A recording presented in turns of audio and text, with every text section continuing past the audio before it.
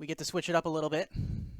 So we're still doing Phyrexia all will be one, but instead of seeing me open a bunch of packs here, you're seeing me wait for more people to enter the draft.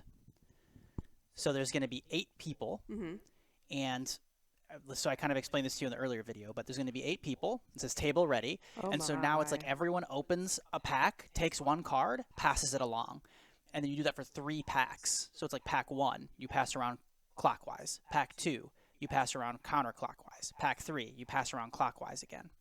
So how many? Your deck is how many cards total? Well, you gotta get 40. 17 will be lands. So you're looking for 23 playable cards that match each other enough to make. Yeah, but aren't you looking for the lands at the same time too? Nope, lands are free. Oh, okay. So lands come at the end. Lands, you just add them in. Yeah. So now we open a pack, and when you first open, so this is how many cards are in one pack. Oh, okay. 15, I think, or 3. So that's 8 plus, so 13. This is you? This is me. This is the cards. I have to choose one card from among these cards. So is everyone else doing nothing right now? No, they all have their own pack. Oh. Everyone opens their own pack. At the same time. Yeah, and see, it goes around. Got it. And so they're all choosing from their pack what card they want. Now, usually when you open a pack, you're checking the powerful rare first. Hold on. You said that we were only opening 3 packs total. Look how many cards are here.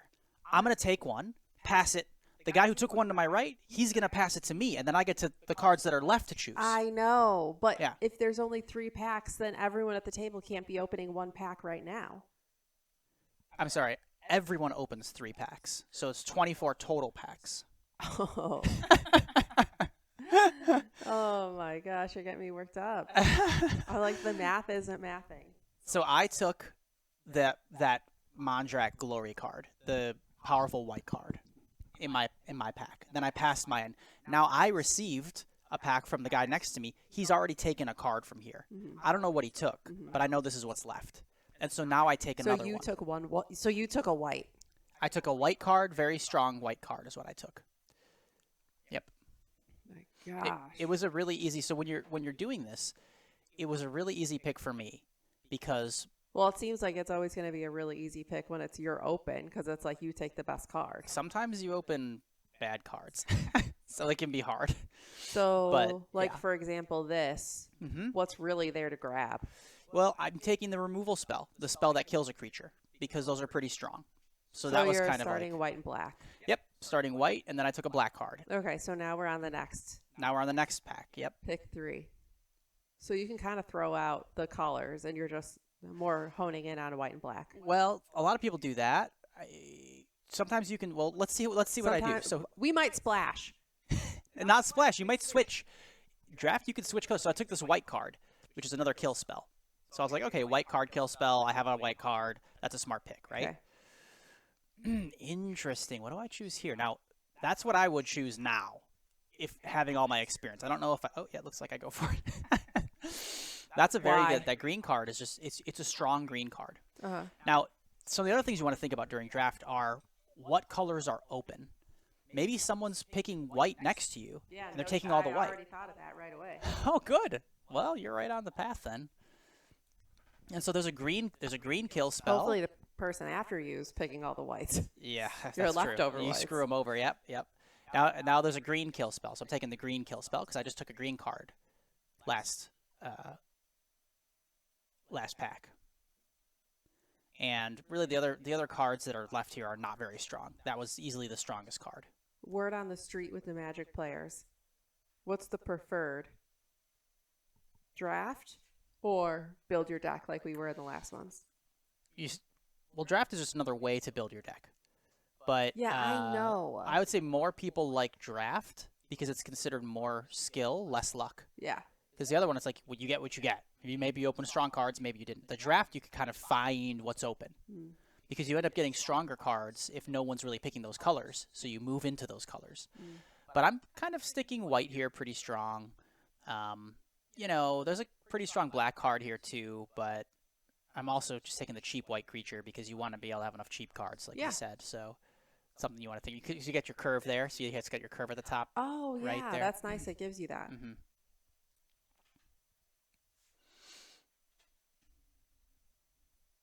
So another strong green creature I'm taking. So I'm, at this point, feeling pretty strong about white and green, I think.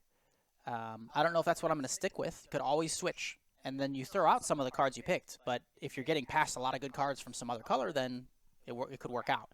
Sometimes you get caught in the middle, though, when it's like, you don't really have a great deck at the end of the day because you try this and then try that, and then too late, and then... Yeah. I think committing early is probably better. There's a lot of thought, debate, and discussion around that. Some of the best drafters, pros in Magic, you know, it's all about reading the signs and the signals and knowing the cards. Sometimes, in some sets, committing early may be better and may be the right move. Other times, it may not be. And there's also been times where pro teams with some of the best players in a particular set have found a strategy that no one else saw, and like it was basically a combination of cards that everyone else would pass, but they could put those combination of cards together to make amazing decks. They pretty much like won a pro tour like that because no one knew you could do that. They figured it out before the pro tour, didn't tell anyone, and then just took all everyone's leftovers, but it always had a really good deck there because no one realized how these cards could work together to win. So it's all very fluid. Excuse me. I get that, but not being at the pro level, in order to not confuse yourself, I would say like picking with a strong strategy that works for you is good. I'm saying in my case. Yeah, as a beginner, committing early would be very smart. That's true. Because you don't have the... Yeah, you need a lot more experience to be able to... Yeah. Okay, so this is a new pack now. Pack 2. Oh. So I opened a very strong white and black card. Again, don't know if I'm going to take it. It is strong. I'm already in white. I'm kind of feeling green. But remember, green can splash pretty easily. Green's the easiest color to splash a color, too. So I could be thinking about that as well. I could splash that. Did you drop your black card? I just moved it to the sideboard. See at the bottom it says sideboard 6 cards. Because I'm trying to see what my deck's going to be without the extra cards, you know? So as I go, I move cards down, and I'm kind of building while I'm drafting. And so I'm going to take that strong card, you know, basically saying, hey, even if I wind up white-green, I can probably splash this card, still play it. I'm just checking my other black cards just to see, you know, what do I have in black if I want to maybe switch back. But encroaching mycosynth, the words they think of in Magic, I swear. There's some good green cards here, though. I would say take the Venomous Brutalizer. Yeah, Venomous Brutalizer is very good. Actually, at the bottom right there, that Root Vine Cultivator is actually a very good card as well. It's a common, but it helps you get more mana. I'm actually taking that one. Okay, yeah. But the Brutalizer would not be a bad choice. It's a strong card.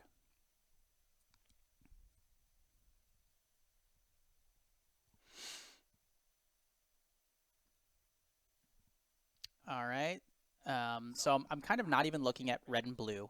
So there's some decent red and blue cards here, but I'm so far from those. That's not an option. So I'm pretty much just white, green, and black looking at this point. And they got a big green creature here. The Mantis is very good. I'll probably take that. Yeah. Well, you didn't take the last big one, so you might as well. Yeah. Oh, and then I've got a green-white cheap creature that's very good here. So I'm just kind of snapping that off. And that's a good sign, too, because, like, pick... Which one? The top, that guy here. Oh, yeah. I was looking at the Hunter Maze. So, like, pretty much only if you're playing green and white would you ever take this guy. Yeah. And the fact that he's coming at, like, the 4th pick means I'm feeling pretty good because no one took him before. So at least the 4 people before me probably are not green-white. So I'm kind of into colors that are not, you know. And then I've got a kill spell here. So it's turning out I'm in... People are picking red. Yeah, I'm in the right spot, it seems like. That feels good at this point in the draft to be like, okay, I'm in a spot where I'm getting good cards late for my colors. The luck of the draw. Some of it. Incisor Glider, Dune Mover, both good cards. Are we pretty much dropping? Well, no, black at this point. I'm gonna play that black card because I have enough ways to get black now with green that I'm gonna play it, and I'm making sure to look for those too, of ways to say, okay, let's make sure that I can have a little bit of black access to black mana. So the Rustvine Cultivator. I hate to admit this. I'm still not really grasping mana. Mana, okay. Well, no, that's a good question to ask. Don't be afraid to ask questions. Well, I glazed over it last time. So because I had known I'd asked it before, but I don't. So you know when you have lands, right? You put down land. You put down land. Then your creature or your spells, they cost, right? So you see how at the right there, let's just take the Armored Scrap Gorger. 1 gray, 1 green. Tree. See it? Okay. Why is it 1 gray? Because that's saying here's how you can pay to cast this guy. Any land, but has to be 1 green. Right. So the way it works, lands tap. Tap means turn sideways. Yes. Lands, when you tap a land, that land produces mana of its color. So if I tap a forest, I get a green mana, that symbol. If I tap... It does not require another word for that. It does, but you'll learn why. I mean, none of this requires any words, but the reason is because you can have floating mana.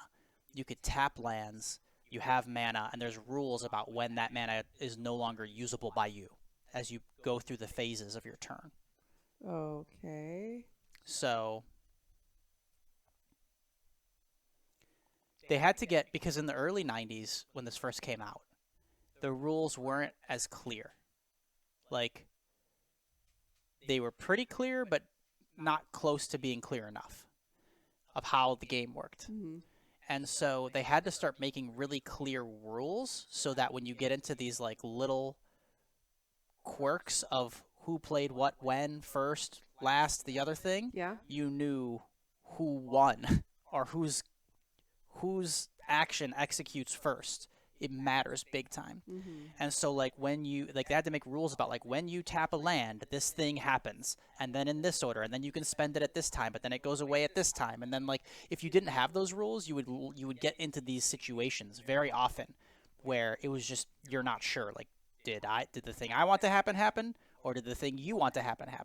And you're playing against each other for money, so you know, no one's going to be like, you could take this one, you know? Sure. So they even have judges now where every live Magic event has live judges who will come and make rulings on, and know all the rules and make rulings on who's right and who's wrong and what happens. Now, obviously, in the electronic game... That seems like a dream job for someone that loves this. Yeah, I would say so. I mean, I think they volunteer, honestly, so... Maybe some of them are paid, but... obviously, when you computerize it, the rules, that also forces you to get very specific about what's happening when, because it's coded. Yeah. But then also you don't need a judge. Right. Because the computer just decides. So I'm, at this point... you make the decision and the outcome is given to you. Whereas if you're playing with cards, it's like there has to be agreement on what the outcome was. Yeah, and who said what first, and whose turn was it, and who had initiative, and blah, blah, blah. All that has to have... Who tapped what lands? What mana did that produce? Who was first, second? No, but that makes sense, because when you play, the little bar on the side is like 1, 2, 3. Like, it's like multiple... Yep, phases, and your turn, my turn, and who has initiative. Whose timer is going down at this point, mine or the other guy, because like someone else has initiative. So anyway, we kind of just were talking and ignored the rest of the draft, but it's no big deal because nothing was interesting. I didn't want to go into the next game not knowing when you said mana what it meant. So all I've been doing is just taking pack 3 green and white cards 7 and trying to have a good curve.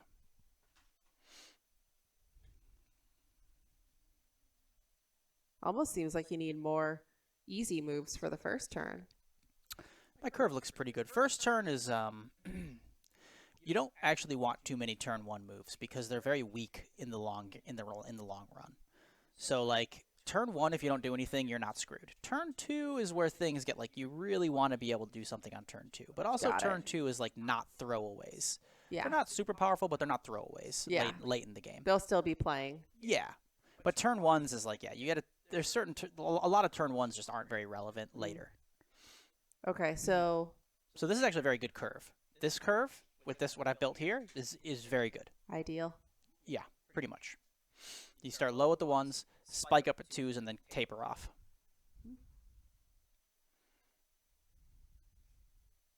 You've got a lot of cards, so the cards I'm not going to play are in my sideboard. The cards I am going to play are in my main deck. And then it's going to, now that we're done with the draft, we've done all of our packs, picked all of our cards. Now it's like the final build.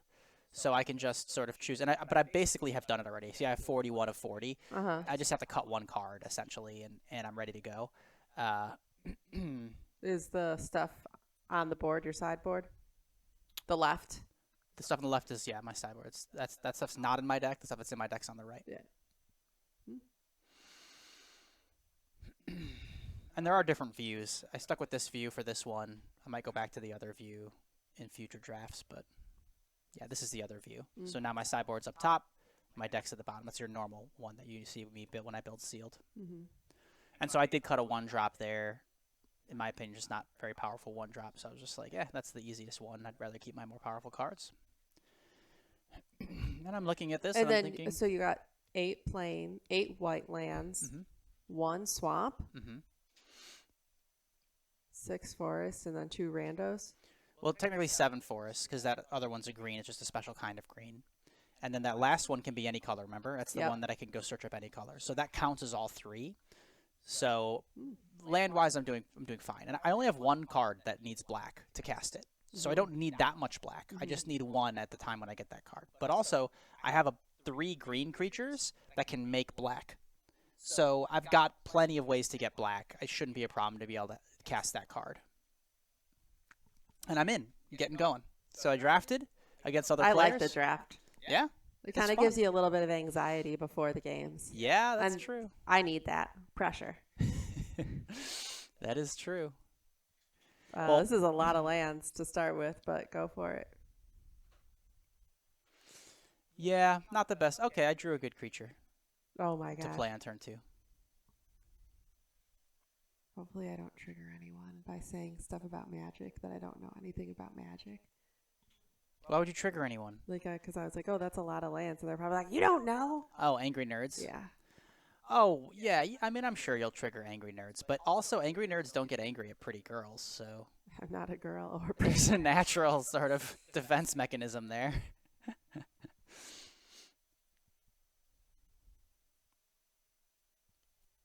This guy's getting pretty aggressive on me here. He spent his whole turn, 3rd turn, just to get an extra 2 damage on me. I don't know. That's... Yeah, but look at the avatar. Does that look like someone that's calm, cool, collected? No. Thinking with a level head? Someone who's going to think with like long-term strategic or more so just kind of brutal. Yeah.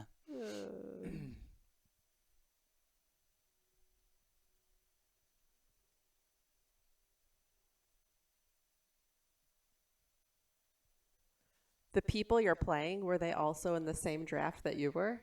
Or are they like now random people? Yeah, so because if they were, I would think it's very interesting that they have the same colors. True, you're right. That's a really good point. So this is something that Magic kind of for the electronic game. There's probably still people who don't like this, but it's sort of a necessary evil. The purest form of draft is you play against the people that you sat at the table with. That would make a lot of sense. That's the purest form. Yes. The problem is it is very time intensive to do that because 8 people have to sign up and then 8 people have to play right now. And if they quit, what do? You just get a win or whatever, and then the people who win play each other, and the people who win play each other for the crown. In a pro tour in draft, that's what they do. In this mode, they essentially sacrificed that purity for just being able to draft and then play games whenever against whoever. Spread it out, you know, like make it easy, make it so that people aren't quitting in the middle of it. And honestly, it's I better. think you should have the option either or. They did that for a while. Because the thing is, like, I get it. So if we like lose or win like super quickly, we'll have to wait till someone else from our draft was potentially ready. Yes, you do. Yeah. Yeah. And I would be fine with that because I think it's cool. Like that was the whole camaraderie building of the passing of the cards. They had it like that. So in the original, they called it Magic Online. So this is Magic Arena. They have a Magic Online, which is another version. It's still up. They made it in like the early 2000s, so it looks like it's like built in Visual Basic or something. But it works. It's fine, and people still play it. And that is, you can draft that way there. And I used to 10 years ago or I think I might. But let me just tell you how that goes. First of all, you are basically getting into, every time when you start, you're getting into a 2 to 4 hour event, number one. And you can't, like, quit. You lose your, they could cost money to join. And then if you quit, you lose all of it. And you're trying to win back your money, sort of, with your packs and everything, right? And so number one. I love to live at the hour 30 mark. Right, yeah. And then life, movies, everything. I know you do. And then there's a lot of downtime, like you said, with that kind of thing. Grab some snacks. Okay, but again, if you're, no offense, if you're early 20s, live in your mom's basement, sure, that works for you. If you're not and have jobs and responsibilities and things to do, you kind of can't play. If you have jobs and other things to do, responsibilities, you might not want to be playing, period. Period? Well, I'm kidding. I'm watching right now, but I have jobs. But you think about it this way. When it's like this, you could split up. You could draft. Oh, you can pause these? Well, not in the middle of a game, but in between games. Okay. You're not bound. So, like, you can draft, and that's 20 minutes. Then you can come back the next day and play one game, and that's 10 to 20 minutes. Come back the next day, play another game, 10 to 20 minutes. You can't do that in the other. So you can put very small amounts of time and just do stuff this way. It is better. It's not, I think, for the professional environment, 100%. You played the people you drafted against. Definitely. If you're going to Friday Night Magic, 100% live in person, you play the table, right? Like, that's what you do. But you're planning on being there Friday night for a few hours. It's like a hangout. So, but in this online, play whenever, this is just better. The other thing that would happen, kind of annoying, people would drop. People would drop out. They don't like their deck, whatever, they drop out, and then you're just sitting there waiting for some other people. You get a buy. Yay, I got a buy. You don't have to play the cards you drafted. The whole point is you want to play. And, like, 3 people drop out, and you're just like, oh, to the end or whatever. And it's like, okay. Well, then wouldn't that mean you just have, like, one other person to beat, and then you're done? Yeah, but if you drafted a really cool deck and you're excited to play against it and see how it does, that's the whole point. Yeah. You're not just trying to, like, get some kind of magic equity. Well, likely you did draw a really cool deck if everyone else just was like, yeah, this. Could be. Yep. That's right. So, clearly this is for this mode, this is better. It's a great option to have. What are you guys doing over here? This guy is I am just building up my stuff. Testosterone's paying off. Well, he's not really. I'm way ahead on board right now. On board, not in life. In life? Oh, yeah. Well, remember, life is a resource. 13 is, fine. I'm not in danger of losing. Neither is he at 20. Well, I don't know about that. Look at the creatures he has and look at the creatures I have. Yeah. Did you kill a lot of his? Not really. He just hasn't had much going on. So I'm getting in there now. Attacking with all my little guys. Attacking with my big guy.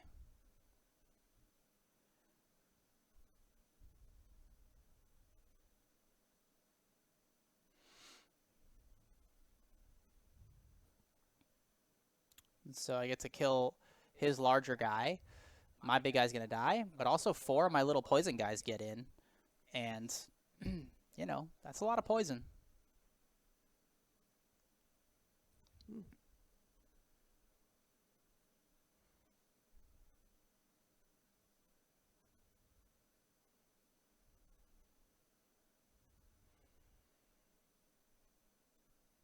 And this is the kind of guy where, like, that's a 1-drop where when he comes in early, it's good because he grows and grows. Yeah. But this late, he's not going to grow very much, Yeah. so he's not really doing anything.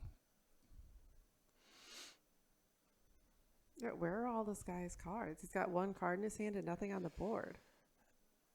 Yeah, I don't know exactly what what he's been playing. I wasn't really paying attention.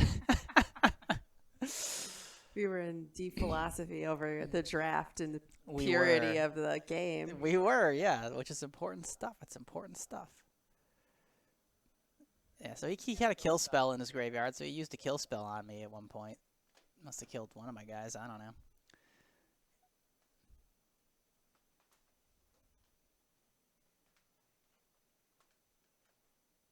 And now he's got 6 poison, and I got 3 more poison guys, so I got 5 back. So he's in trouble here.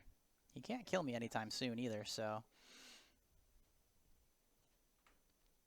I've actually never seen this much of a imbalance in creatures. Oh gosh, now he knows he's going to die soon, so he's just attacking with everything.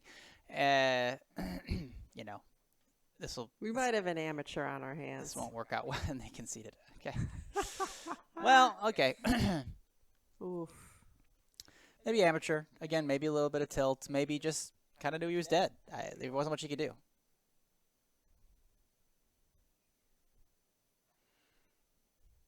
So, 1-0. Okay, how do you feel about your deck? Pretty good. Out of 10, 7, which is not bad. Sneak attack. We better watch out. Maybe 6 or 7. Like 6.5. Because I only have 1 like truly powerful card. But the deck is solid. So yeah, this is the kind of curve that I can get a lot, and it's really good. This guy produces mana, this creature. So I technically have 4 I could do instead of only 3 on turn 3, which means I can get out a spell I'm supposed to be able to have on turn 4 on turn 3. But apparently I'm not going to. I don't know why I wouldn't do that.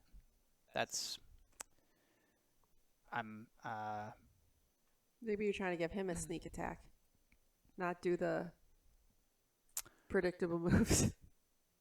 I just feel like that was pretty not correct. Well, we'll see how it works out. Pretty not correct. I mean, just very not correct. Wait, is this tournament for the money? No, this is just draft. Oh. I don't know why I wouldn't have played the stronger card there. It's I don't know. Huh. Interesting. Now here, I might feel so much more engaged in the game. Really? I mean, yeah, kind of. Huh. Maybe not in the games specifically, but in the overall game. Mm. Magic, generally speaking. Not, Yeah, once we get you playing a couple games, I think that'll just get better too.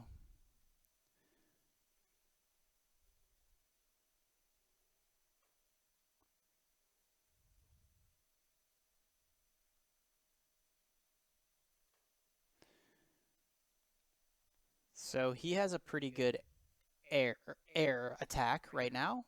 I have better ground forces. I also have a kill spell. I think I'll probably just keep it.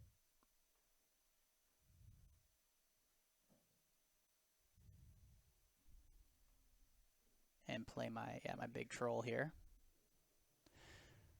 Big troll, he draws a card, he gives me life.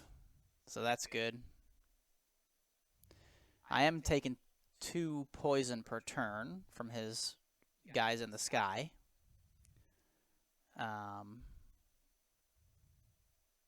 But that still puts me ahead in terms of damage.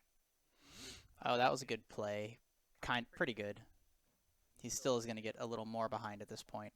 And what is the significance of those little cards that are rounded on the top?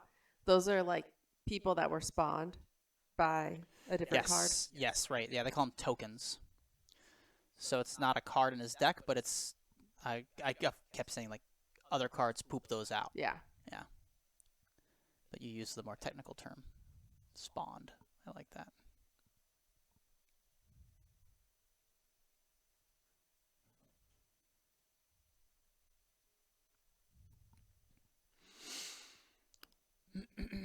So I'm at 3 poison.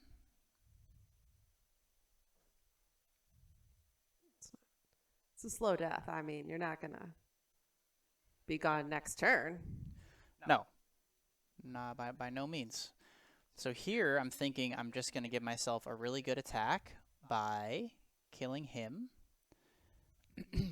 I should now attack with everything. Yep. My 0/3 gets to exile a card from a graveyard, getting a 3rd oil, making him a 3/3. And then this guy becomes a 5/4 because I can use his oil to do that. And then now I'm hitting with, 11. Dang. Took it all. Took it all down to 1. You didn't want to block any of that? Apparently not. He didn't have good blocks. He would have just had to sacrifice a creature to block 5 damage. What's the difference at this point, though? Yeah. Oh, that's... How did they spawn? How did they spawn a 3/3? Because that card was that powerful? That blue-white card poops out a 3. That 1/1 poops out a 3/3 when he comes in. So he can't.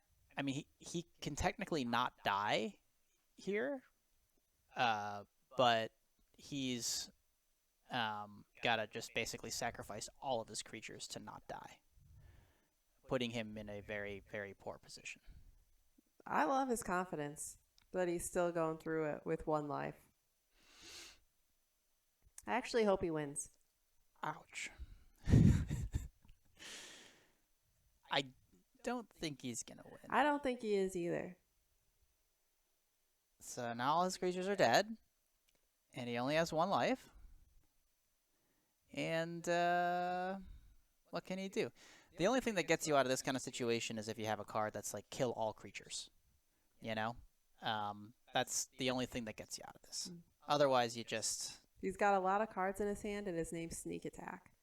Anything could happen. Well, that wasn't it.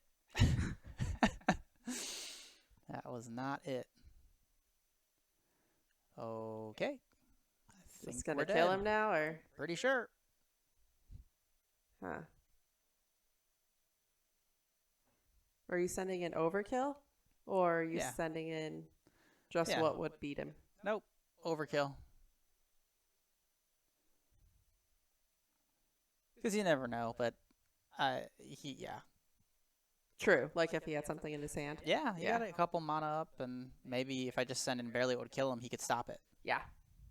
Then he gets another turn. Wow. 2-0 so far. Really positive trend. Things are looking good on this draft. Things are looking good. Oh, wow. Ghostly Wolf and Panther. Rare that you see a dog and cat combo like that. True. Same pet is the last loser. The pets. Owl is like an owl on a golden owl. Pole. Tilting to the left.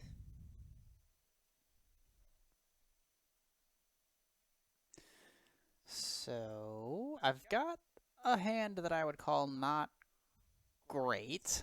It's okay. It's fragile. If he kills my creatures, it's much worse. Because all these kill spells, these 3 kill spells, they're all based on my creatures. So like the 2 Charge of the Mites, they read deal damage to target creature according to how many creatures you have. Oh, so okay. like I have 2 creatures, so it would deal 2 damage. Yeah. And then that Ruthless Predation, that one in the middle, that says target creature of mine fights target creature of theirs. gets a little bit of a buff and fights them. So, like, you need creatures to use those removal spells. It's not a straight up kill something or burn something or whatever. That's generally speaking how white and green get removal. They don't just get pure removal. It's like based on their creatures, based on their numbers, based on something. Dependencies. Yes. Exactly.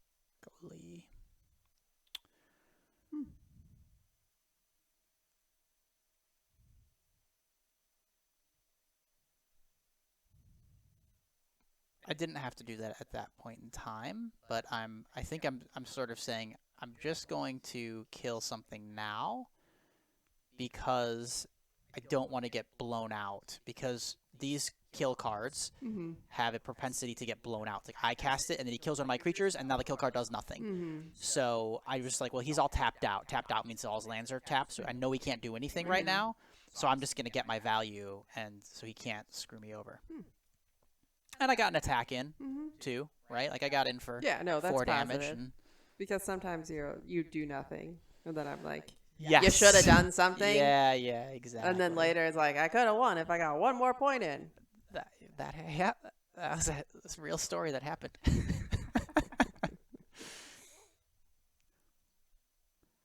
So he's coming in with 2 damage. I could block him with my 0/3, but I like my 0/3, and I didn't. Yeah, see, he has a spell to make that guy stronger. So I didn't want to lose my 0/3, so I was just like, okay, no blocks. And then he got me for more damage, but he spent a card to get damage on me, but he didn't get my creature dead, which generally that's a win for me.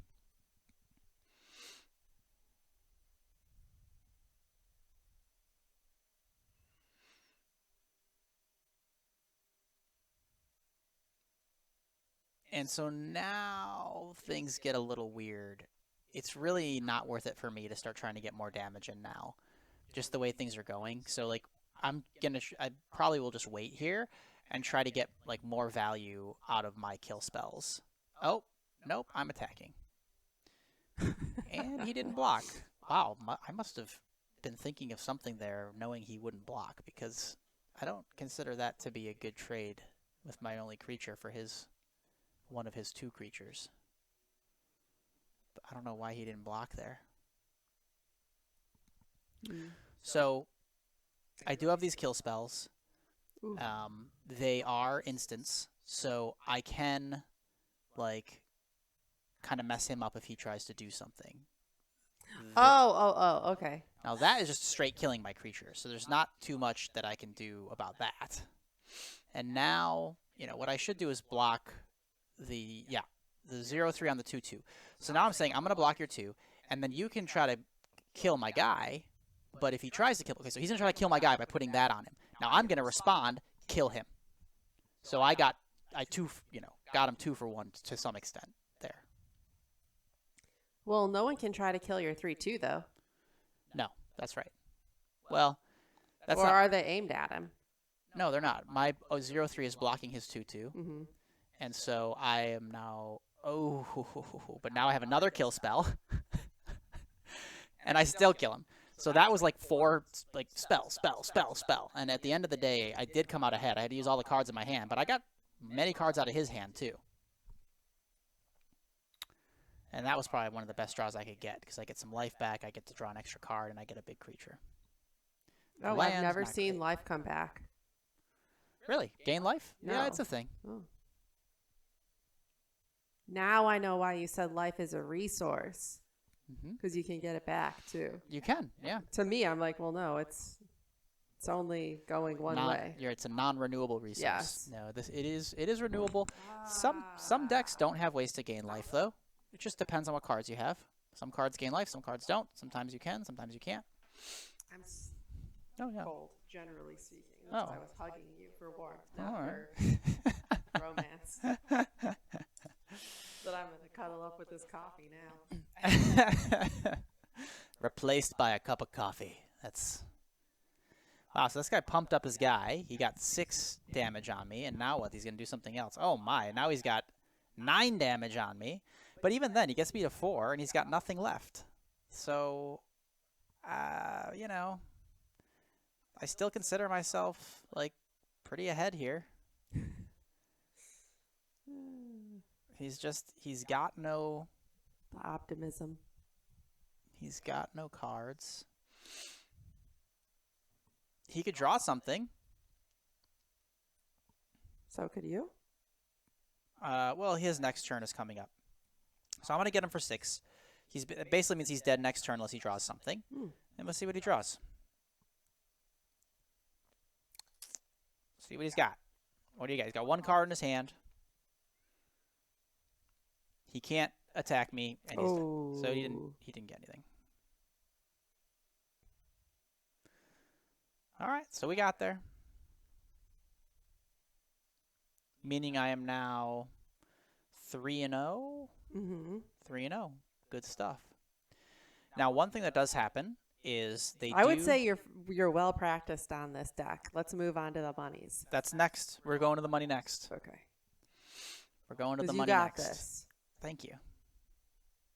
If your cards are good, you'll win. If your cards suck, you won't. Probably. But you know how the deck works. How the cards in the set work. Yes. You'll get it. So the set is the whole combination of all the cards, 200 and something types of cards that they've thought up, created, and made. That's a set. And the deck is what's in your hand. The deck is what you've built to play. The 40 cards for limited. Your hand is what you're actually holding in your hand. I know. I misspoke again. As soon as I saw that, it was a big eye roll.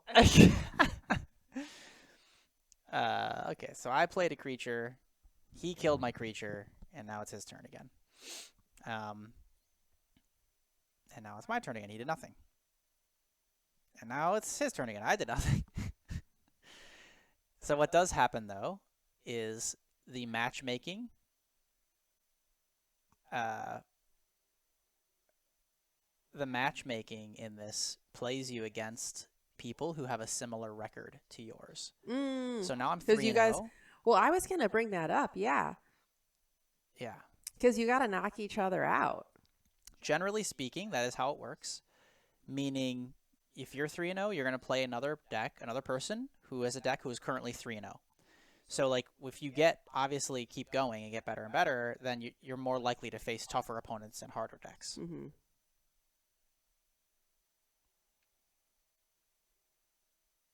Yeah, so it's not like you're just, you need 7 random ass wins.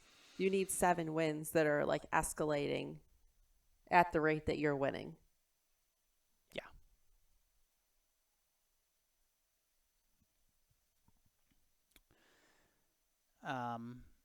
So he's got me at 3 poison. He's got some pretty strong creatures out. I'm definitely feeling pressure at this point. I kind of feel like I have to trade off here, which it looks like I do. No, I don't. Oh, wow. Yeah, I'm trying to get value out of my cards in my hand, but honestly, like, I think poison? I think that was a mistake. There's just too much poison on the table right now, and a lot of these cards he has, they poison me when they die. So, like, 2 of them, when they die, poison me again. So that means I'm already at 9, basically. Yeah. So maybe it wasn't a wrong move. Maybe you just didn't do that for that reason. Oh no, I think I made a wrong move. I should have blocked. Oh. I should have blocked there. And now I'm just I can't. Oh. There's nothing I can do. He gets me no matter what. If I kill his creatures, I'm at 9, and I can't even block this guy because I respect you for saving my time. You're welcome. Move on. I was dead. 3-1. Well, and your wins have been so consistent. It's like, yeah. Got me. Just give it. Yep. And so if I had blocked, I wouldn't have conceded there.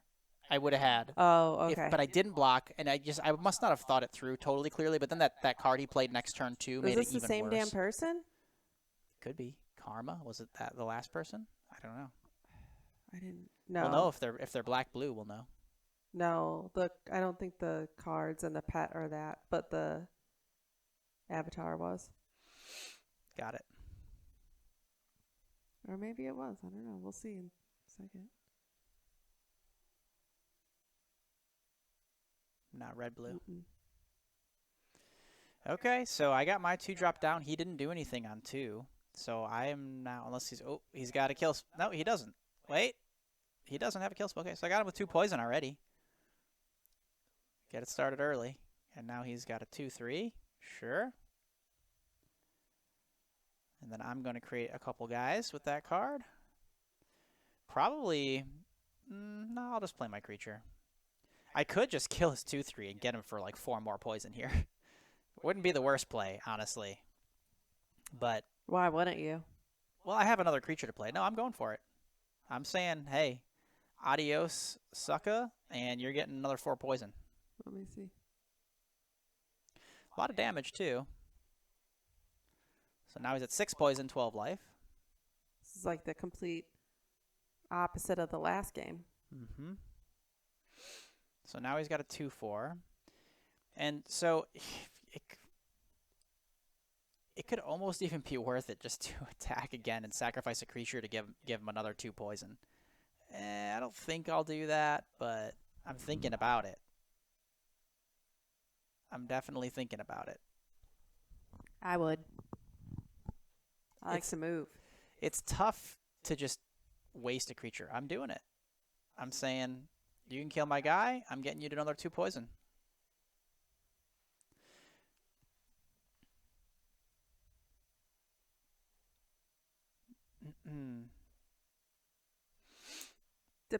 Yeah, considering you're at 20 life with 0 poison, sacrificing a guy would not have been the make or break if you lose this game.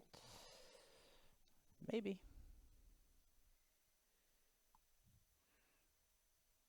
That's a good card. So now I'm going to cast that. And then I'm going to attack with everything, I believe. And then anything he tries to block, I'm probably going to just sacrifice it to make that guy indestructible. Let's see, though.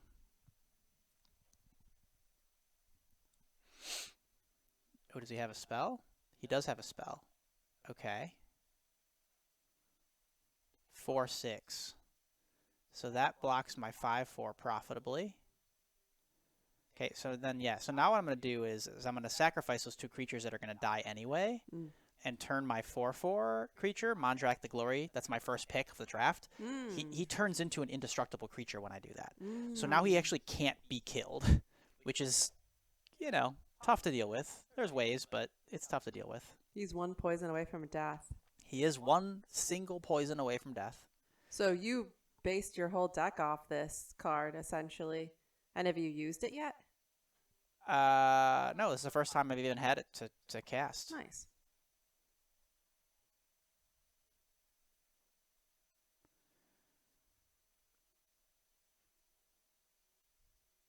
So he's getting a ton of value here, being able to like draw cards and discard cards and like move things along. He's somewhat stabilized against me.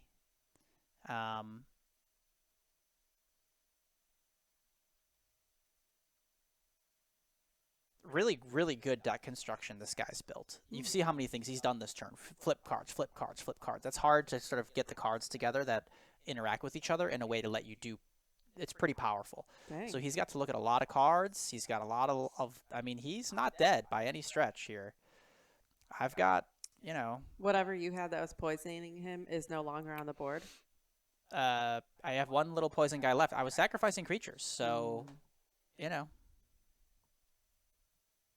Which I was like encouraging you Yeah. to do, and now you're like, he's totally fine. Yeah, I mean, he's had 1 poison. The other thing that, oh gosh, he just took it. The other thing I know is that there's like some cards in my deck that just poison him. So there's some cards I could draw that just win me the game. Yeah. There's like 2 or 3 of them. Oh, that's a really good card. Only if he has ways to use it, but oh man, that land uses it. Oh my gosh. Okay, so he's going to kill my creature for free by playing that land because that card lets him do that. What else? Am I going to lose this game? Maybe I lose this game. He's so close to death too, though. And he can't really attack me because he's going to have to block here. I have my dead card in hand because I don't have black to play him, unfortunately. So, okay, he has to just sacrifice a creature to stop me, and I drew a land, so nothing to do. Like, I get that it's a standoff, but how would you die in this scenario? Well, he has a card that basically lets him... Where? That card at the top, all will be one. Uh-huh. Every time he pretty much does anything, he gets to, like, deal damage to my stuff. So he's just going to be killing my stuff incidentally, or my face. He can deal damage to basically anything he wants by just, you know, playing the game. So you need something else to just quickly take him out. Yeah, see, that's another 3 damage. So there goes my troll. I know, but you need 1 poison, and you're done, and you win. Oh, he didn't kill my troll. He hit me in the face. But now he'll...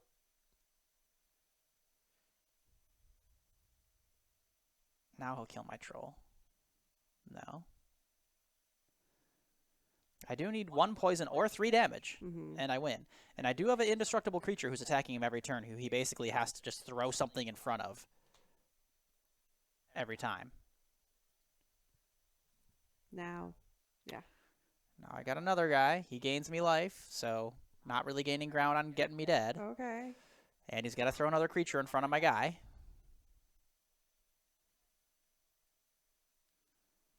This is an old-fashioned standoff. Yeah, this is actually a pretty intense one. He has a lot of powerful things that he's doing.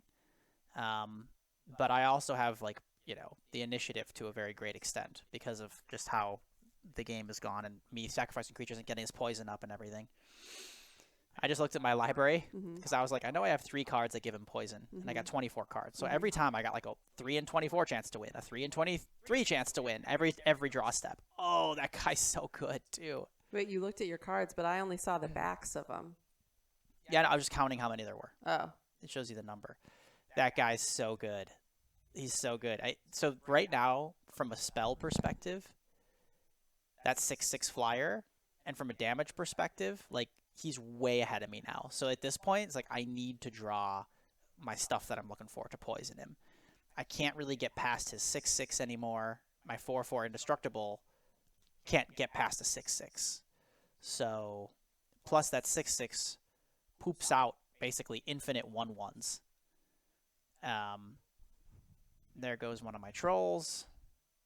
And at this point, I'm just kind of just saying, okay, I need to draw one of my spells that poison him to win. And he's doing, look at all the actions he's taking every turn.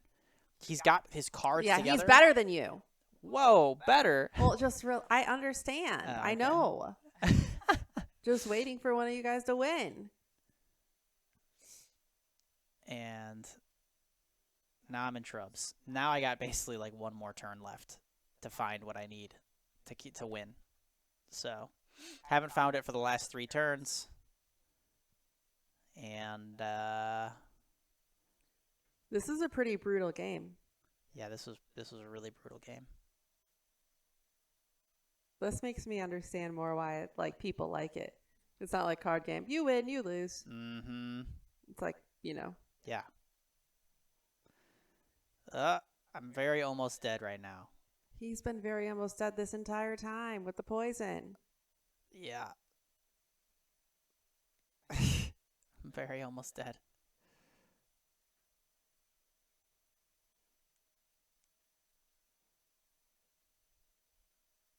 But I'm not dead. I'm just... Oh, wait. No, maybe I am dead. I was going to say haste? He just created those 3 guys this turn. They have haste? My God. I didn't know that they had haste. I wouldn't have been dead if they didn't have haste, but I guess they have haste too. Wow. So he got me. That was crazy. So I couldn't get that last poison. Didn't draw the cards. Didn't get there. Was that your second loss or your third? Second. I don't know that... I think sacrificing the creatures was still probably correct. Oh my God. Because... Well, no. It's not like you were listening to me real time, so it's not my fault. No, it's not your fault. But I did sacrifice the creatures. I did do it. I was like, I would do that. Then you did it. I'm saying in hindsight, given how powerful his deck was, that those creatures I sacrificed, if I would have just kept them around, sitting around doing nothing, they would not have helped. Yeah. Like, they're just not doing anything. So that was right play. Why did he have such a powerful deck? He opened cards that were good and also put cards in his deck that many other decks would find a lot of the cards he had weak. But because of the combination of cards he put together, they were very strong together. Respectable. Yeah. Now, also, I just didn't draw any cards that could kill his stuff. If I had cards that could kill his stuff, his big stuff, I have some in my deck, but the same cards that could kill his stuff are also the same cards that could poison him, so he just would have been dead either way. Oh, the Rat King. Carmumonics, the Rat King, is out. Bean is the... I like him. No pet. It's no, me, Bean. No fancy stuff on the cards. It's just here for the game.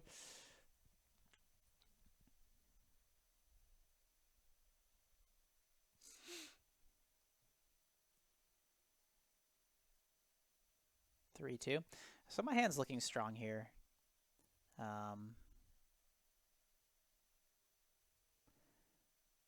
Now the question is, do I use a kill card and kill one of his guys, and then I can attack and really start getting ahead on board, or do I not do that? And why would we not do that? Well, I could play a stronger creature and wait to like sort of start taking advantage till next turn. But I think here. Oh, because you only have so many taps. That's right. Yeah. Can only produce so much mana. I have 5 I can produce right now, and so I can play this guy for 4, which is what I do, and then just pass. Otherwise, I could have killed one of his things and attacked and not played that big guy. I think keep getting the team out there. I like that. Okay. He's getting his team out there.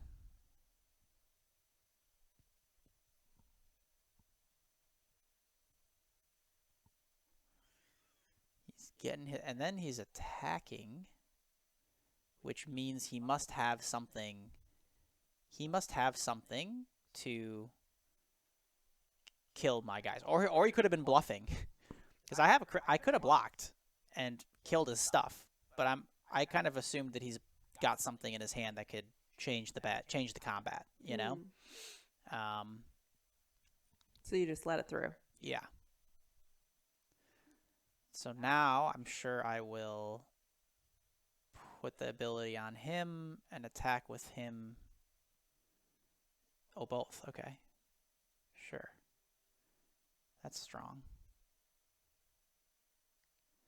Yeah, this is a good attack.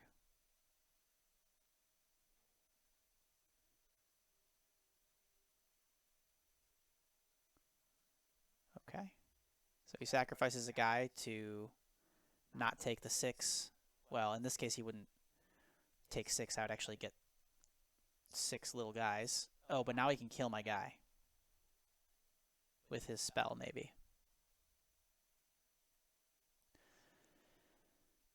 And I'm putting my little guy down, and I'm keeping up my kill spell. So I have a kill spell this time, if he's going to pull that stuff where he attacks into my guys again. Then you're just like, hey, fuck off. Oh, now that lets him look at my hand and make me throw away one of my cards. That's actually ridiculous. It's actually not as powerful as you'd think, but now I'm just deciding whether I want to cast this kill spell first, because I'm pretty sure to kill that. Well, I can't kill that. I can kill one of his creatures though, Yeah. and like I think he's gonna make me just discard it if I don't cast it here.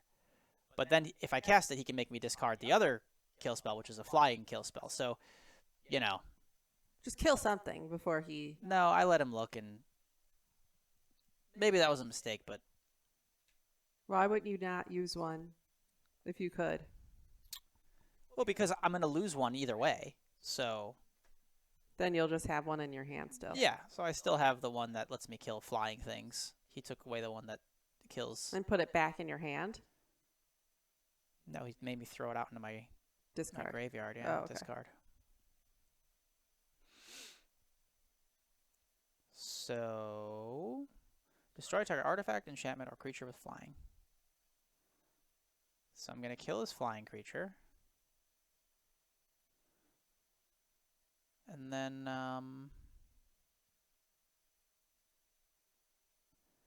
sure, I'll just get in there again with my big stuff.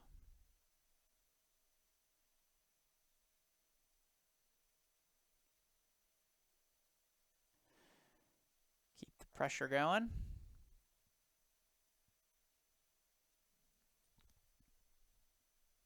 So he can either take it or he can trade my creature for both of his creatures, which he's doing the both of his creatures thing.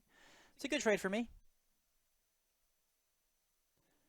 Now he has nothing, and I have a bunch of stuff. It's fine. But he has 3 cards in hand. Probably, chances are, at least one of them is a land. But he looks like he's not doing anything. Yeah, he's not doing anything. So don't know what he has. But thinking maybe it's spells that are, could be spells that take 2 white. Could be spells that are just like, kill spells, could cost more than 5.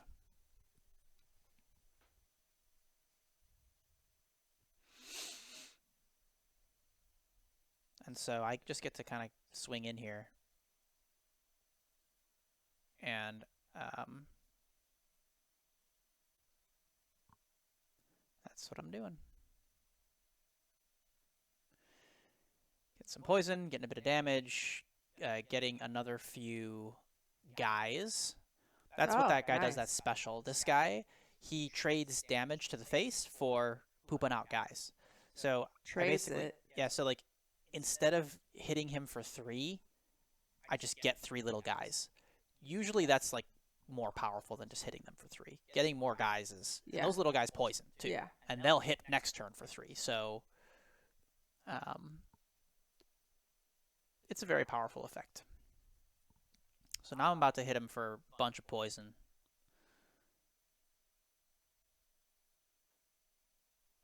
And a bunch of damage. And he still did nothing. He's got 4 cards in hand. He still did nothing. Who knows what he has in his hand? I mean, I can't almost imagine. not remembered seeing the score tied like this. Oh, 14-14. And 2-2. Yeah, 2-2. Well, it's not tied because I'm about to just brutalize him here. 4 cards in hand, nothing to do. Maybe he's not almost playing. Seems impossible. The other thing is maybe he's not playing white-black. Maybe he's playing black-green splashing white, and then he got us white, and he didn't get any greens, and he's got a bunch of green cards. So that could be. And if that was the case, then that's the danger of splashing. Yeah. 4 and 2. We need 3 more wins To get to 7. 7's rare. You rarely make it. 7's hard to get to. Okay. 5. So you're saying it's likely we'll get 1 more loss than 3 more wins because I got to go to Costco. I don't know. We'll see. I'm all right. I'm all right at this game. I can get to 7. I think you could actually. We started really strong. Yeah.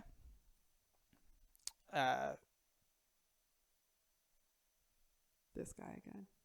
Frozen Bank AI 6. Or maybe Frozen Bank I 6. Bankai. I don't know. AI is a big thing right now. Yeah, I was going to say. Everybody's going nuts. I have a slow start here. Oh, got a guy. That's nice. That's the perfect draw because now I can play one of my 4 cost spells on turn 3. And I would have had nothing. Oh, that thing poops out guys every turn. That's the thing where you lose a life to poop out a guy every turn, remember? You saw that like a few times ago. Lose a life, poop out a guy. Every turn that happens. The guys that it spawns, though, cannot block. So it's a very aggressive card.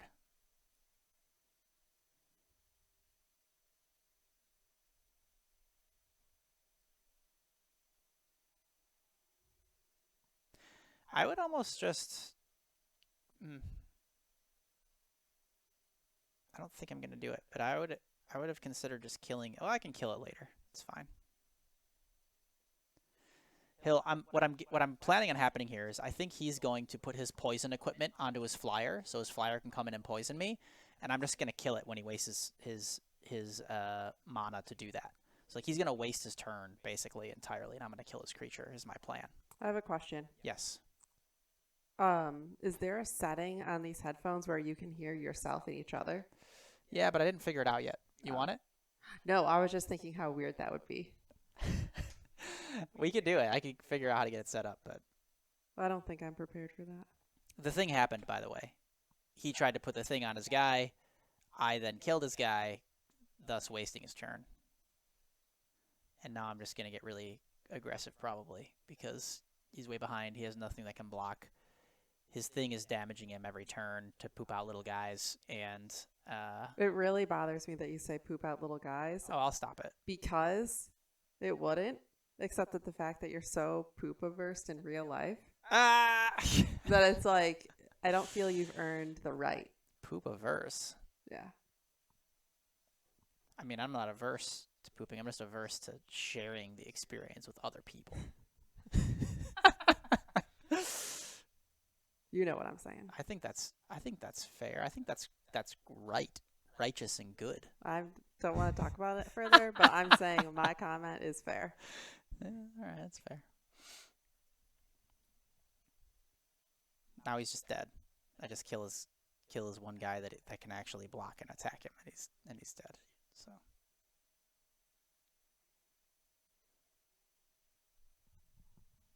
that was a quick wow. game.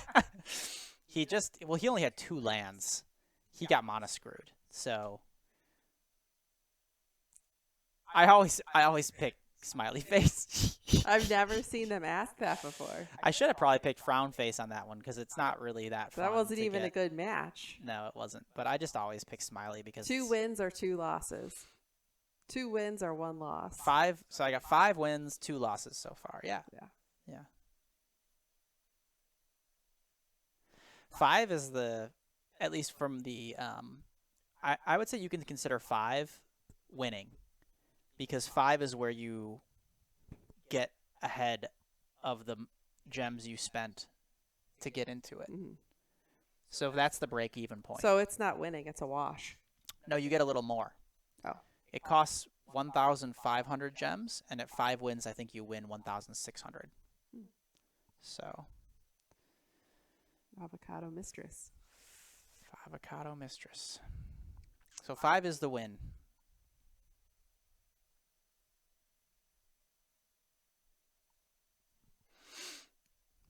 This is fine to keep. Yeah.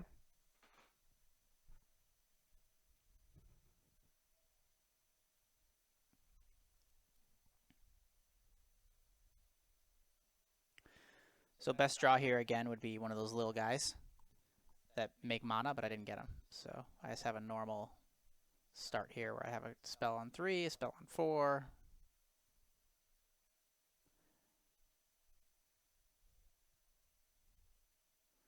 He's got that guy. Oh, that's a good card.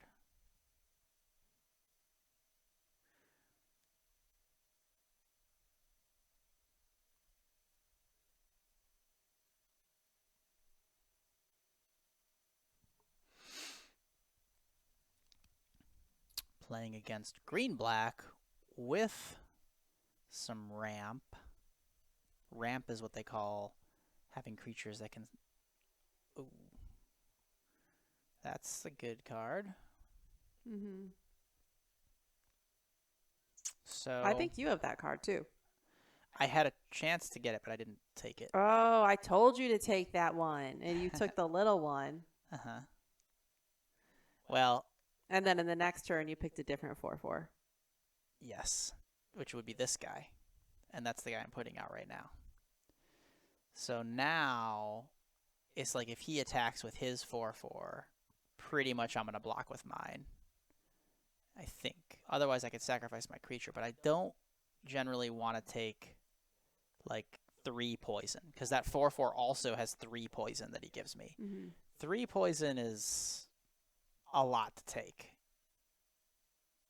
And it's also the tipping point in this set, 3 poison, because a lot of cards do extra stuff when you get to 3 poison. Oh my, now he's got Glissa too. So she's very good. I'm going to have to kill her, which I have cards to kill her, so it's fine. But she's that first strike death toucher, which is basically means you can't attack into her, you can't block her, she just kills anything she touches. What's the icon next to the death touch? First strike. Oh.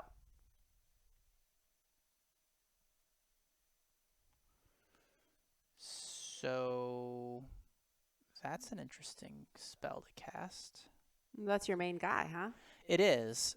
I'm sort of saying, like, I guess I don't care if that Glissa hits me for 3. Like, 3 is not going to do anything. I'm at 20. Mm-hmm. So I'm sort of getting him out.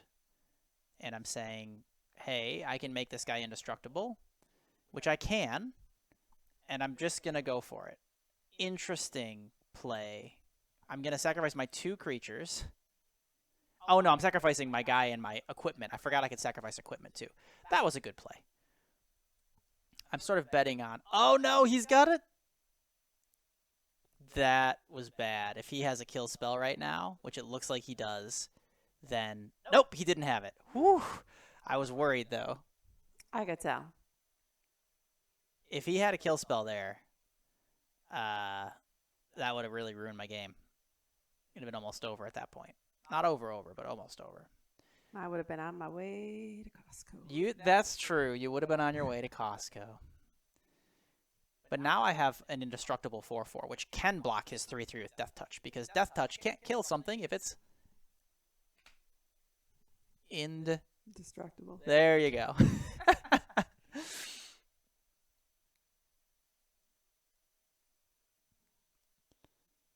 Great. I'm getting cards. I'm drawing cards that are good. I've got 3 kill spells in my hand. I guess kind of more so 1 kill spell. Kind of. Those other 2 are sort of... They deal 2 damage because I have 2 creatures right now. So if I have more creatures... Charge of the Mites? Yeah, Charge of the Mites. They deal damage according to the amount of creatures. But they have 2 things they can do. I can actually cast that, and instead of trying to deal damage, I can just create 2 little creatures. So maybe I'll do that. I don't know. But I'm just sort of sitting back here. I have a creature I could play, but I'm sitting back because I don't want to be caught. Like, I want to be able to kill his stuff if he tries to pull some shenanigans. And then I have these I can do. So I can put out a couple creatures. So now I have 4 creatures, which gives me... Oh, yeah, that guy doubles. Okay, that's funny. That guy, I forgot that's one thing he does. He doubles the amount of tokens I get when I create tokens. So instead of getting 2, I got 4. So then I got 4 plus 4. I got 8 little guys by casting those 2 spells, which... That's a lot of little guys. But really, at the moment, if I attacked with all of them even, he would still be able to block 3 of them, so, or 5 of them, I should say. So, but maybe I just kill one of his things and start getting in there, sacrificing little guys at this point to like get poison. I'm sure that's what I'm thinking other about. way, you guys are just chilling. And I choose to chill. I choose the option of chill. It could have been wrong to get all those little guys. Maybe I just should have gotten 4 little guys and then killed something. 4 little guys kill 2 things. But 8 little guys is a lot of little guys.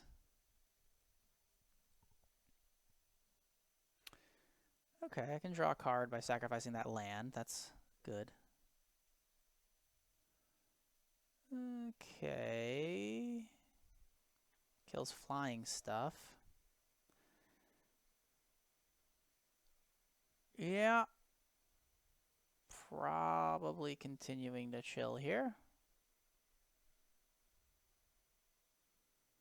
Candice does not approve. Guys just passing turns back and forth. Yep.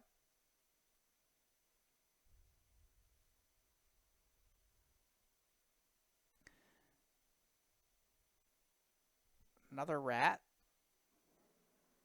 He's got a good army. I also have a good army.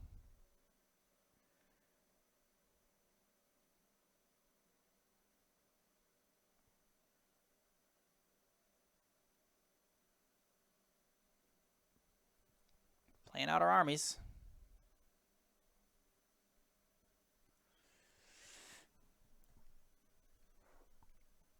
Another good old-fashioned standoff here. Yeah, green's got to be a favorite color. I'm almost sick of these green cards. Yeah. Yeah. Well, you saw what that blue-red guy did. Remember, I was like, he built a crazy deck. He did all that crazy stuff. So you can build a good blue-red deck. It's hard, and it's hard to play too. Fun though.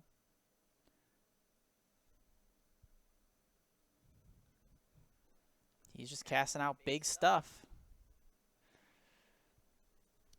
And we're still just at a good old-fashioned standoff. We're standing off. Why? Attack. I don't know why I'm not attacking with my indestructible guy. Like, that I should probably do at this point. Attack with indestructible guy. I think I'm a little worried about when he swings back. I don't really have a great answer to block his stuff without that indestructible guy. If he attacked, he can't block because he's tapped, right? So I think that's why I'm not doing it.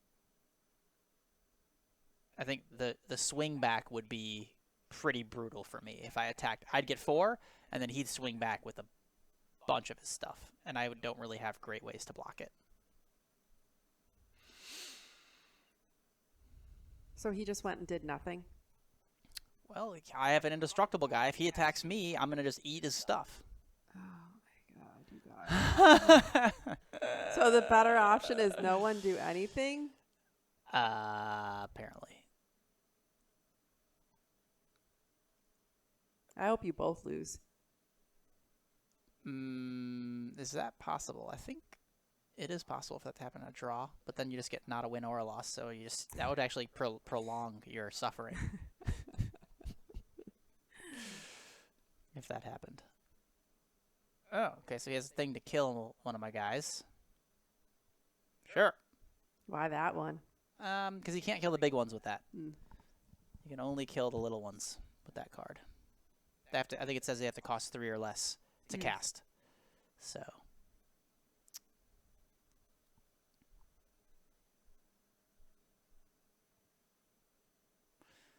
That is an interesting, whatever, I guess it doesn't matter.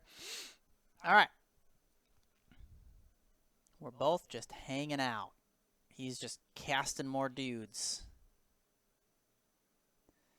Casting more dudes.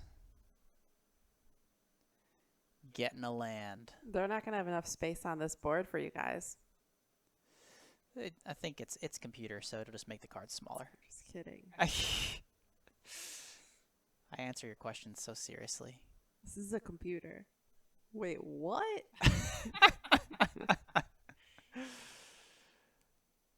Oh, we're just hanging out still. And that wasn't a question. It was a statement.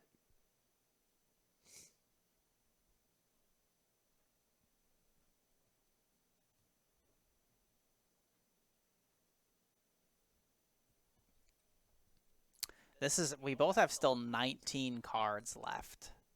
So this game is going nowhere very fast. Oh, he got a thing that can kill my indestructible. So that may be the beginning of the end here. I can't stop it. What's the point in having an indestructible if there's a card that can kill an indestructible? Well, there's different ways to kill it. There's different ways to kill it. So I'm responding by using my... So maybe he was doing nothing because he was just waiting to get that card. Sure. That's the same thing I was waiting for, is some card that changes the game for me. So he found a card that could get my guy. He gets my guy. And then I respond by using my kill card at that point to kill his guy who's good. And then now we're a little bit still at a standoff. Like, that just evened it out. It was... Yeah. Yeah. Yeah.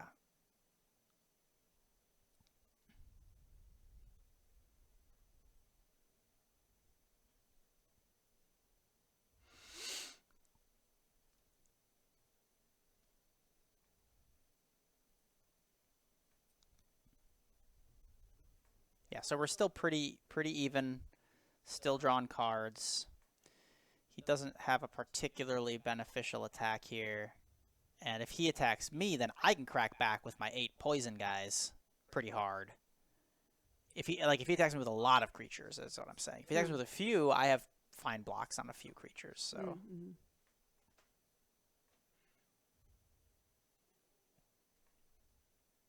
I must be getting a little hungry because I'm like, avocado. Avocado sounds You good. don't say.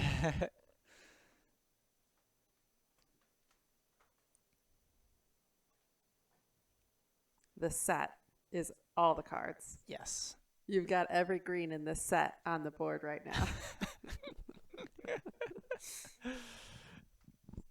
I had to confirm the right thing to call it, or else I'm going to get ripped again. That's good. You're learning. Well, learn now. So then that way when we get, you know, now we don't have very many viewers, so no one's watching to give comments and throw shade on you. Eventually. Well, I'm turning any comments off if we get any amount of... No. If we get more than one viewer, I'm turning the comments off because I can't handle that. You got to respond to them. I'm too fragile. Yeah, right.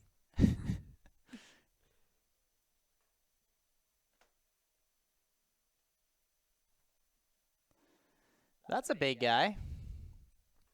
He doesn't change that much, but he's big.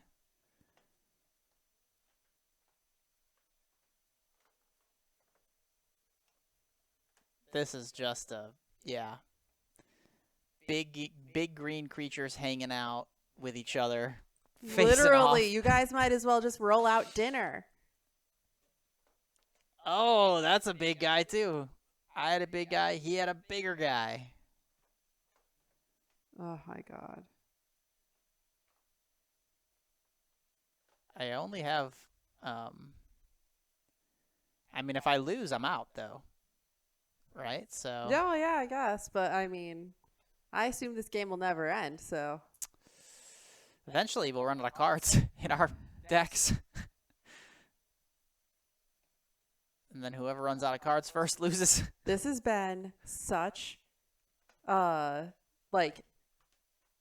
a different, showing of all the games.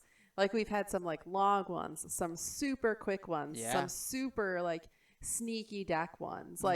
This has really given a much better... I wonder if it's because the draft. Yes, draft, it is. Yeah. Draft, you get much more specialized decks, usually. Sealed, you're scrapping together what you can. Draft, you're looking at cards every time and picking ones that go good together. So you do see different played out games between draft and sealed, for sure. Sealed stays on the rails more, so draft, you get a wider variation of things that could happen. I think I like draft. I do. Better. I like them both.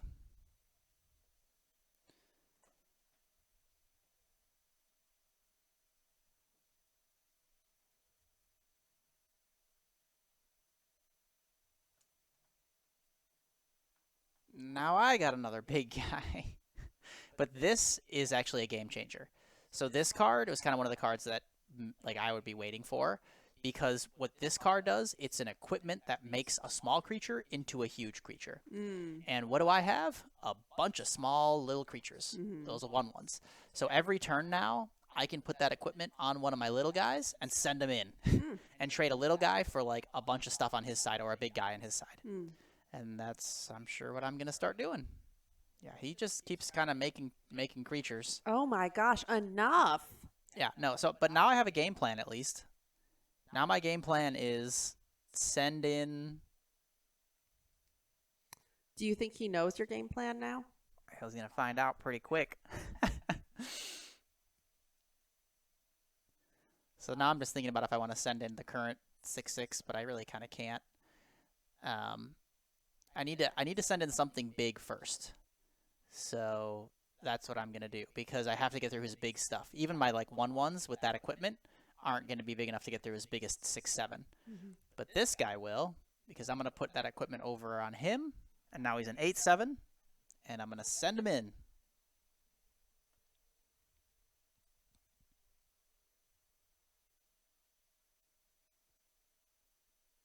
I'd love to see it. It's going to happen. I'm just getting my other spells out for this turn, because I got another big guy I can put down, so I'm going to do that real quick. And then I'm going to attack with that 8/7. Guaranteed. It's happening. Oh, it's happening. 8/7 coming at you. Bam. And he turns into a 9/8 because of his little ability. And he's got trample. So that means he can't just block with a little thing. I mean, he could and take like a bunch of damage, but... So here we go. Now we're going to start things moving along. He's going to block with that. And more stuff. Is he going to actually try to kill my guy? Or no? Yeah, not quite. You got to get 2 more damage on my guy to kill him. And there you go. So he's going to trade all 3 of those guys for my 1 guy. But keep in mind, it's just my guy. So it's great for me. I'm moving things along here. And keep in mind, my guy... He can do it again next time. Well, he can't because he's dead. But I can put the equipment on someone else, which I have another one of those. Yeah. So, cool. All right. I got a game plan. Can Avocado Mistress deal with this game plan? Keep watching to find out. I have no other choice. Oh, he's got a Death Touch guy. Well, that guy's going to deal with one of my creatures, relatively. Now he doesn't have to, like, put a bunch of creatures in front of him to kill me. He can just put that one. But I will still trample over. He'll absorb 3, and then I'll trample over. And I still have more guys to... He's going to try to sacrifice enough creatures where he can keep his 6/7, where, like, I can't send my little guys in anymore because his 6/7's big enough to even block my little guys. Ooh, now I got a kill spell. So now I can kill the 6/7 too. Or I can just kill the Death Touch. I don't know which one. I'll probably just kill the Death Touch. Or is it a fight? Maybe it's a fight, so I have to actually kill the 6/7. Because if you fight a Death Touch creature, that's trade. It's bad trade because you're spending a card to trade your guy with his guy. So you're down a card. All right. Make the same play as last time, which is put it on one of those guys and get in there with the 9/8 trample.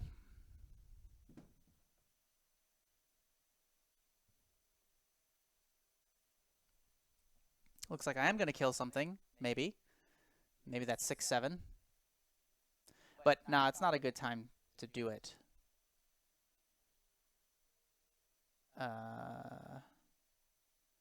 No, I'm going to just... okay, so I'm just going to sacrifice this little guy to kill his Death Touch creature. That's fine. Yeah, that's a fine move. So then he can't use his Death Touch to, like, kill my guy.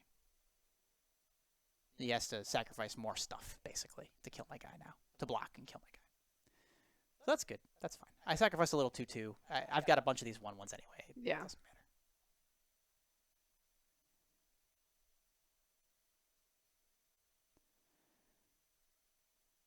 All right. What are you going to do here? You're going to put that in front, and also that, and also that. Okay, so this is, I don't get to kill all 3 of them. I just kill 2 of them here, but that's fine. 1 of mine for 2 of his. Good deal.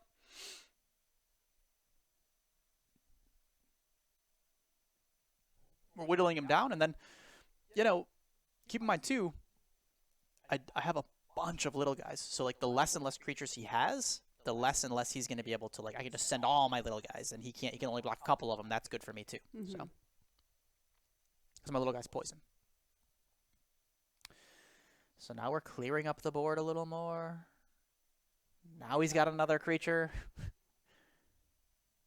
which gets back another creature, which is his Death Touch creature. But I respond with one of my guys to exile it before he can get it back, which was a good play there. So that means he can't get it. Boom. Now I exiled it. So now, so that was a... You had a card to do that? Yeah, this guy can tap and take something out of his graveyard and poof it away.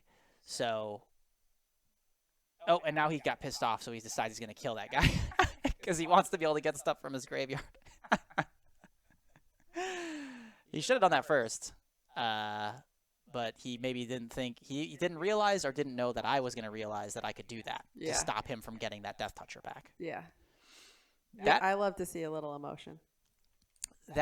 That's a big swing in the game, too. That Death Touch could do a lot of work for him right now based on my game plan. So me, like him missing that or me seeing that or a combination of those things, kind of a big deal.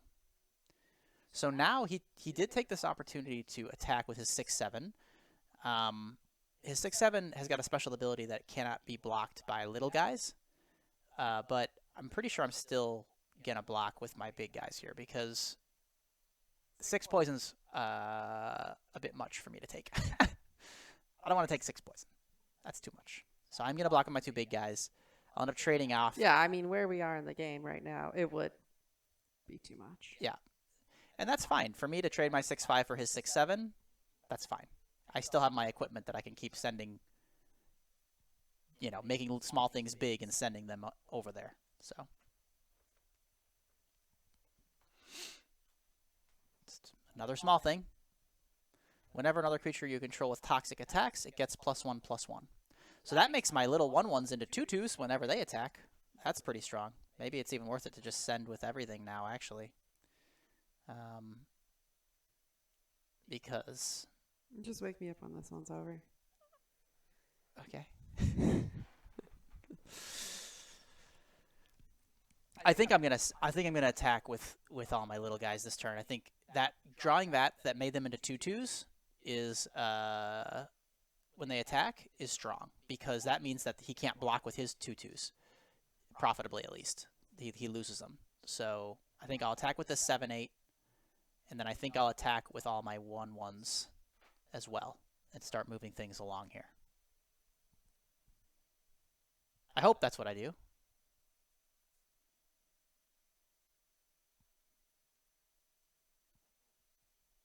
I guess I'm sort of thinking if that's what I want to do, but I think it is what I want to do. Attack with 7/8, attack with all 1/1s. And probably that 2/1 over there too, maybe. Yep, there we go. Getting them all in there. Oh, maybe I'm not even attacking with a 7/8. Maybe I'm saying I'm going to keep the 7/8 back to block, which is actually probably smart, because he still does have a lot of dangerous things on his side. A 3 poison guy, 4/4. A 2 poison guy, 4/4. Okay, so he's going to pump up all these guys. This is good. This is a good play. And I'm still keeping back enough blockers here to not get totally screwed over on the crackback, because I need a couple turns of this kind of attack to kill him. Like, literally 2 turns. So I do this turn. I keep back my blockers so he can't crack me back. And then I do this again next turn, and I think that's it. He can block, you know, he can block a lot of my guys this turn. He can kill 3 of them. And then 5 if he really wants to with his 2/2s, which it looks like he is.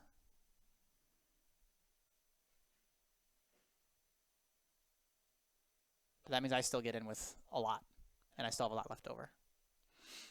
And he's going to lose his 2 2/2s. He'll keep his 3/3, 4/4, and 4/4. And he'll take 8 damage and 4 poison.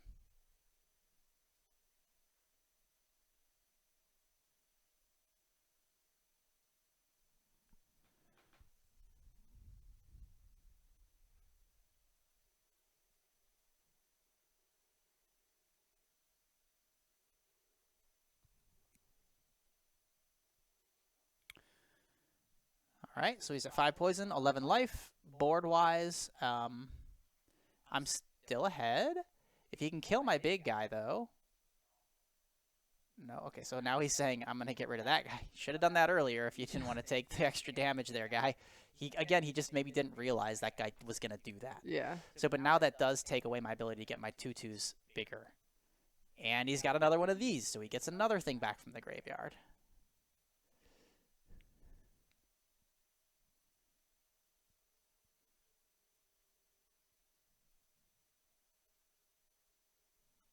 Okay, so now I'm back to not being really able to do much. I can do a little bit. I can still be sending 1 creature in per turn here. That guy's great. Draws me a card. Gains me some life. Wait, where does it show how many cards you have left in your hand? In my deck? Yeah. You got to hover over it. Yeah. So...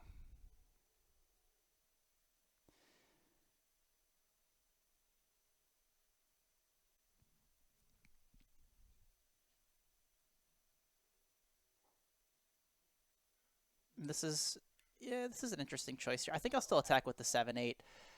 maybe it would have been better to equip up one of my little 1/1s and attack with them, because they would get poison in when they trade, unless he blocked with a couple. But maybe he would block with a couple probably. Yeah, so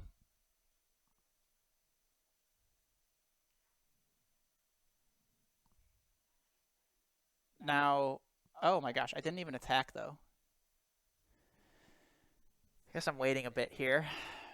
I could have attacked with that 7/8, but he would have had a good attack back on me, basically, so I decided not to. Now he has a 1/1 Death Toucher. Cool. Yeah, and I think I have enough lands now to move my equipment over to a little guy, attack with a little guy, and then move my equipment back. Oh no, I don't have enough to move it back. That's okay. I'll attack with a little guy. I'll probably move my helmet onto one of my guys so I have a good block, and then that'll be that.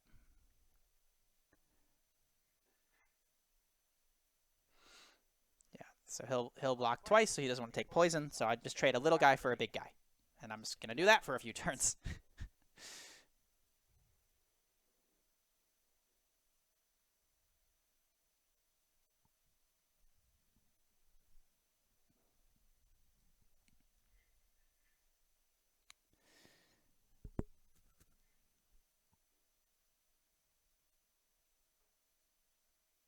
This game. And he does nothing. Back to me. In 4 episodes of doing this, I've never been this unentertained. Oh, really? Yes. Okay. Well, there isn't too much going on, but I am sticking with my plan here now of make a little guy big, attack. Make a little guy big, attack.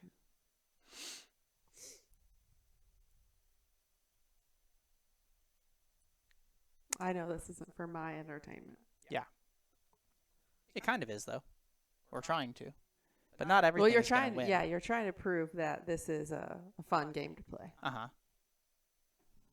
And I'm turning annoyed. With you and Avocado Mistress. Do you care if I win, though, at this point? This game? Are you invested in my winning it? Sounds like the answer is no.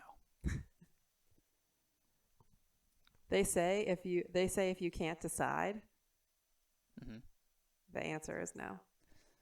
It's a good. I think if you can't decide, the best course usually is to do nothing. If it's like not a yes/no thing, but something else. So, but I agree, no would be the default. Yeah. Oh, now I get two guys. You wouldn't be thinking that hard on a yes. Yeah. Well, look how much guys he's down now. Look what he's down to. Right? I'm getting there. And okay, I mean, this is it. He's down to his last little bit here. You got this, Chris. He's down to his last little bit. Let's go. I have a prediction. What's the prediction? You win this, you lose the next one. It was all for nothing. All for nothing? Winning is good. That's 6 wins instead of... Yeah. Oh, I just attack with everything now. I said... Because he dies if he doesn't... Yeah. That was correct. For me to do that.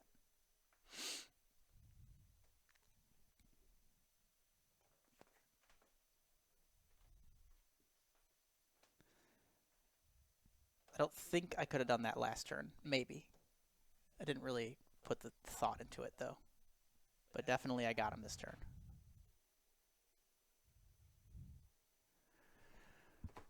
It's over. That was a long game, but I got there. My persistence and plan worked. I never want to play another green deck again. Green versus green. Yeah, green versus green is tough. Land animal versus land animal. I got 6. This is it. This is the last game no matter what. Win or lose, I either get to 7 or I'm going to cry. I'm going to have that much oil coming out of my eyes soon. So this is the last game. This is the... I'm proud of you either way. Thank you. Thank you. This is the last game. Oh my Either way, gosh. hey, Either way, this is a win for me. If I end up 6-3 or 7-2, it's a win for me. For you, it's a win because you're going to get to eat some food. Maybe. Well, I'm hungry too now. Oh, are you? Yeah. I mean, this has been a couple-hour recording sesh. Oh, look at this avatar. We're going to beat her. Yeah. Teufelhund. No green lands? Not a great... Oh, but that can turn into a green land. Yeah, that's anything. So. But I still don't have like a... This could go poorly. 2 lands. I have both colors. I don't have anything to play with 2. And they're starting out fast. Yikes. So I need badly to draw land right now. Or a 2-drop creature. Yeah. Oh, yeah, this is bad. This is bad for me. So after that... Oh, I drew a land. Okay. After that last game, you immediately just popped into this one. You didn't need to give yourself a moment to rest. Apparently. Because you're saying the benefit of playing this way is taking breaks.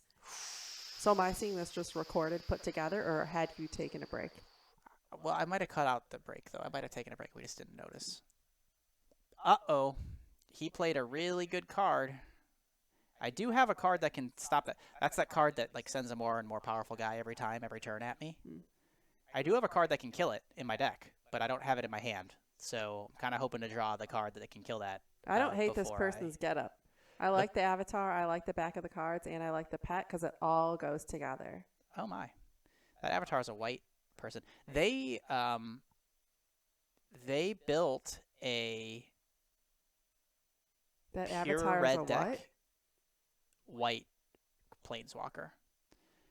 They built a pure red deck here. They have only red. And so they built a deck specifically built to like get out of the gate and fuck you up. And yeah, exactly. So but with big I wonder what percentage of the time that works. Well, they're 6-2, so they're in the finals here. Yeah, that's true. I generally speaking though have a very good deck against this strategy. But I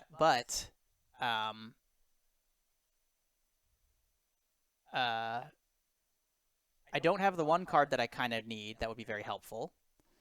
I do have this, which gains me life and kills stuff. So this is very good. Very good. And I'm doing it now because he has a very low chance of being able to stop it.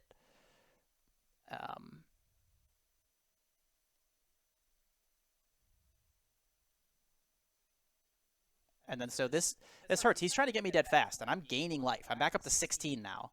I got big stuff that can block most of his stuff. Like the strat's backfiring for them. Yeah, and he's almost burnt out. He's got 2 cards left in his hand. So, but he does have this thing sending stuff at me. So that's the one thing where it kind of sucks. I can't really even block those anymore because I'll just start killing my creatures. So that's going to be a little tough for me. This is opposite of the last game. Yeah, pretty much. This Out one's of the going to be over gate, quick, pretty much. Action. This is going to be over fast no matter what. Now, what am I doing here? Okay, yeah, that's good. And then just attack with both? Yeah, that's good too. Yep, that's a good play. And I have a kill card, so if he tries to double block me here, which he didn't. Okay, so now I'm going to... Oh, okay, that pumps my guy up. Yeah, that was a strong play too. Dang. That was a very strong play. So I get him back to 17. Dang. That was strong.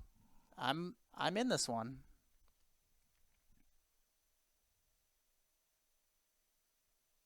Yeah, you almost need to you need to battle another color for that balance. You can't just battle yourself with your same strat. It's like that's why you're in a gridlock. Mm-hmm. Oof, he had another good play though. Now I'm going to take 4. He's pulling back a little bit here, though, because he knows that I can crack back pretty hard. Now I don't have a great option. I don't have a great option here of what to do. So if I had drawn a land, I'd have a clear play. If I want to be able to attack with my 2/2, I need to play that other little guy to pump him up by 1 so that he can get through that 3/3. That's what I'm trying to figure out, if I should do that or if I should just play my bigger creature. And it looks like I'm going to do that. I'm going to go make my 1 creature a little bigger, pump up my lifelinker, because I'm facing down these guys every turn coming at me. Mm-hmm. So, like, and then now I can guarantee I get a land next turn, so I can play my really big thing. Now here, I think I should attack with my 4/4, not hold it back. But I didn't. So that might have been a misplay there. Attacking with the 4/4 was probably the right thing to do. He has another guy. Mm-hmm.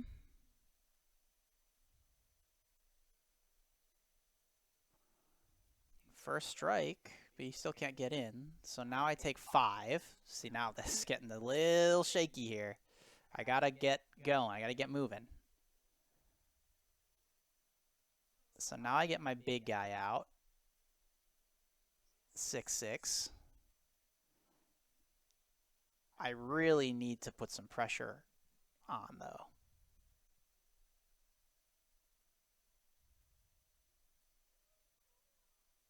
I should attack with the 4/4 here. Ugh. Well, no, because I keep back his other guys. I don't know. It's a tough call.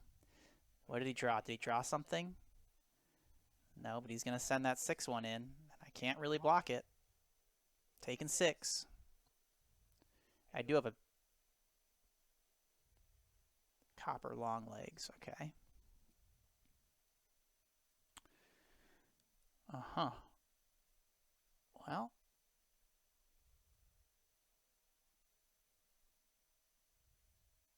So I have to swing now. I can't just keep taking that every time. Now I have to swing. My lands don't quite match up. If I could play both creatures in my hand, that would be much better. Wow, I just stuck with everything. Maybe I just was like over it. I was like, I don't want to think about this. Just gotta see what he does.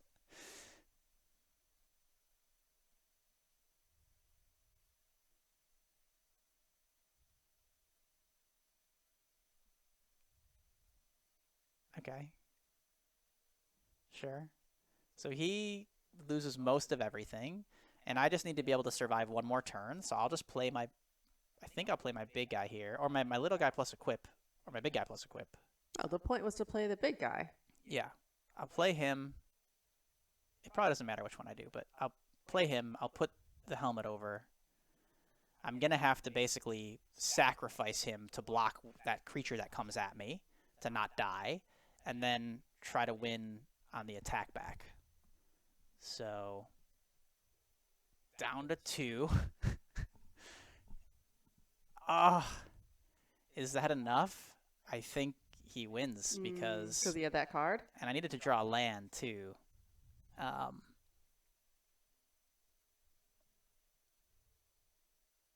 needed to draw a land because a land that would let me equip my big thing on my big guy. But now I'm pretty much a goner here. And maybe I could have won this. I mean, I needed to be able to kill his thing before it got so big, too, is the other problem. But maybe if I was a little more aggressive, I could have got there. But I don't know. His crackbacks would have been hard, too. So. No, this just feels like it's like no one made a wrong turn. It was just who got there first. Yeah, a little bit. So now it's a matter of if I can live. Through this turn. Yeah, which I don't think I can. No, I can't. It's too much damage trample. It's 13 coming in. Did you forfeit? Yeah. I would have killed him next turn if I could live, but I couldn't live. So I was one turn. Like, literally, that's how close that one was, of just back, forth, back, forth, back, forth. And 6-3. Not bad. Not bad. All that and one turn away from actually just getting the 7 wins. Yeah. One turn. Don't think I misplayed it. Maybe I did. Maybe there's like one slightly different attack I could have made that would have changed it. You know, it's possible, but hard to say. Well, I said it and I meant it. Proud of you either way.